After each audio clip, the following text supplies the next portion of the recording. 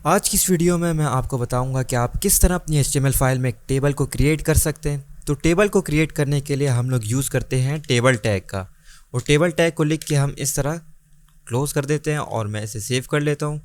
और table tag के अंदर हम सबसे पहले क्रिएट करते हैं अपनी रो को, और रो को क्रिएट करने के लिए मैं यूज़ करूँगा TR का। तो मैं यहाँ पे लिख देता हूँ TR और मैं इसे सेव कर लेता हूँ। तो आपने याद रखना है कि जब भी हम अपनी फर्स्ट रो क्रिएट करते हैं तो उसके अंदर हम अपनी हेडिंग्स को ऐड करते हैं, और हेडिंग्स को ऐड करने के लिए हम लोग यूज़ करते हैं TH का। तो मैं यहाँ जल्दी से अपनी हेडिंग्स क्रिएट कर लेता हूँ TH इस तरह करके, और मैं इसे यहाँ से कॉपी करके यहाँ पे 4-5 दफ़ा लिख लेता हूँ इस तरह करके, ताकि मैं अपनी सारी हेडिंग्स को यहाँ पे ऐड कर सकूँ, और मैं इसे सेव कर लेता हूँ।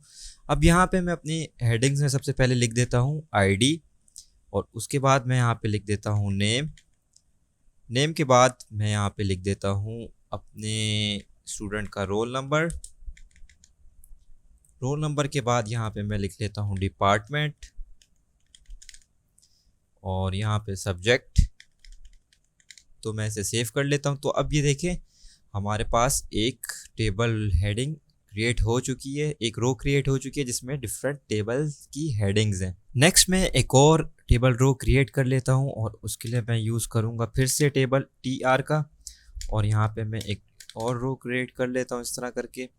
और अब जो है मैं टेबल हेडिंग की बजाय TH की बजाय यहाँ पे यूज़ करूँगा TD का, जो कि कहलाती है टेबल डेटा। और सबसे पहले मैं अपनी फर्स्ट स्टूडेंट की ID दे देता हूँ, और अगर मैं इसे कॉपी करूँ, यहाँ पे पेस्ट करूँ और उसके नीचे मैं पेस्ट कर दूँ और इसे सेव कर लूँ इस तरह।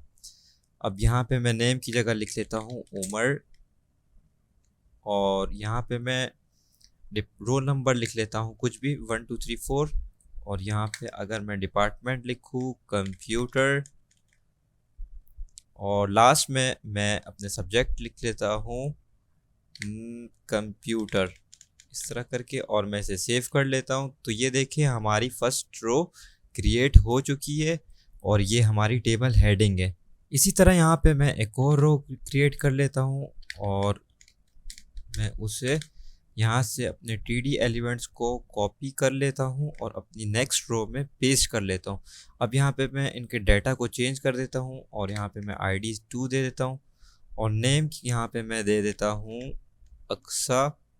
यहाँ पे रोल नंबर मैं चेंज करके लिख देता हूँ 4321। यहाँ पे डिपार्टमेंट में लिख लेता हूँ बायोलॉजी इस तरह करके, और सब्जेक्ट में मैं लिख लेता हूँ बॉटनी या कुछ भी लिख लेता हूँ, और इसे सेव कर लेता हूँ। तो ये देखिए हमारी सेकंड रो भी क्रिएट हो चुकी है। तो मैं लास्ट में एक और रो क्रिएट कर लेता हूँ, और मैं सबको कॉपी करके यहाँ पे पेस्ट कर देता हूँ, और यहाँ पे मैं ID को जल्दी से चेंज करके 3 कर देता हूँ, और यहाँ पे मैं नेम लिख लेता हूँ नौशीन, और यहाँ पे मैं इसका रोल नंबर चेंज करके लिख लेता हूँ 9321। डिपार्टमेंट में मैं लिख लेता हूँ कंप्यूटर साइंस, और सब्जेक्ट में मैं लिख लेता हूँ ऊप। तो मैं इसे सेव कर लेता हूँ। तो देखिए अब हमारी थर्ड रो भी क्रिएट हो चुकी है। नेक्स्ट मैं अपने टेबल को एक बॉर्डर दे देता हूँ, और बॉर्डर देने के लिए मैं अपनी टेबल हेड में लिख लेता हूँ बॉर्डर, और बॉर्डर लिख के मैं यहाँ पे दे देता हूँ 1 पिक्सल, और मैं इसे सेव करता हूँ। तो ये देखें इस वक्त हमारे टेबल टैग में एक बॉर्डर क्रिएट हो चुकी है।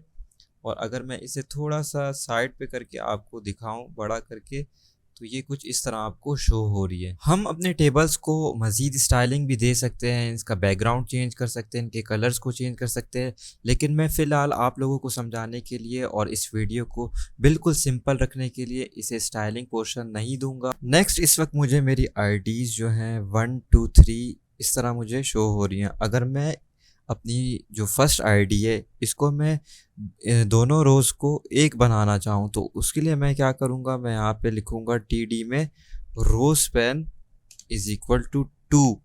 अब मैं अगर इसे सेव करता हूँ तो ये देखिए हमारा 2 जो है साइड पे चला गया, और जो हमारी ID है वो 1 जो है वो उसने क्या किया 2 की जगह पे आ चुकी है।